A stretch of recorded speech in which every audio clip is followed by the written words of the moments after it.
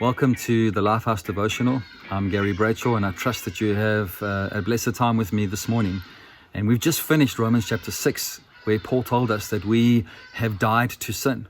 And Romans chapter 7 is going to tell us how we've been released from the law. And right away in verse 1, he says, "Do you not know, brothers and sisters, for I'm speaking to those who know the law, that the law has authority over somebody only as long as they live." And it's like a criminal who has transgressed the law, and the police are after him and they want to imprison him, but when they finally catch up to him, he's died, and so they've got nobody to prosecute. And so Paul uses an example in the context of marriage, and he says, for example, by law a married woman is bound to her husband as long as he is alive, but if her husband dies, she is released from the law that binds her to him. So then, if she has sexual relationships with another man while her husband is still alive, she is called an adulteress. But if her husband dies, she is released from the law, and she is not adulteress as long as she marries another man. And so what we see is the law of marriage ceases when one of the spouses dies. And in the same way, we are released from the law when we die. The law doesn't die, but we die. And so verse 4 says, "So my brothers and sisters, you also died." There we go. We died to the law through the body of Christ, that we might belong to another, to him who was raised from the dead, in order that we might bear fruit. So when we identify with Jesus, when we identify with his death, burial, and resurrection, we've died to the law, and it now becomes possible to be married to another one, to be married to Jesus. And we're no longer married to this tyrannical husband who lacks the power to help us, but we have the law of Jesus, the law of love, which helps us to become more and more like him on a daily basis, and to get onto the road of holiness, which the law never helped us to do. And so we've died to the law.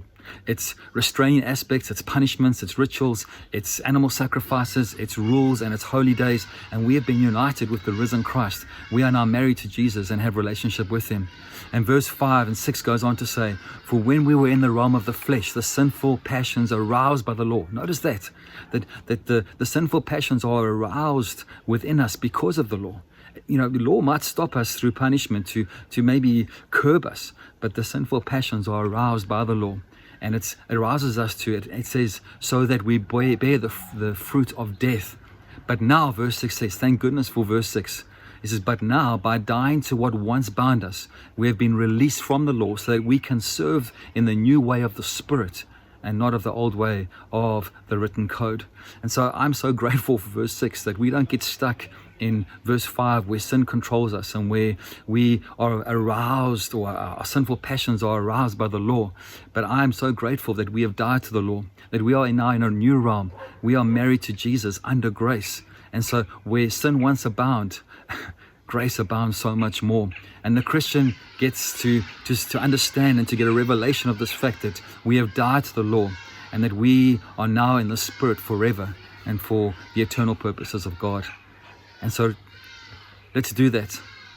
Let's understand and let's get a revelation that we have died to the law, and that we are now in the realm of Jesus Christ, in the realm of the Spirit, who now leads and empowers us on a road to holiness, to become more like Jesus every day. Won't you hit the subscribe button if you've enjoyed this, and we've got more and more coming over the next season, with more people sharing on this devotional. Read Romans 6, 7, and 8, just amazing chapters on who we are and the assurance of our salvation. Have a great day, and see you soon. Bye.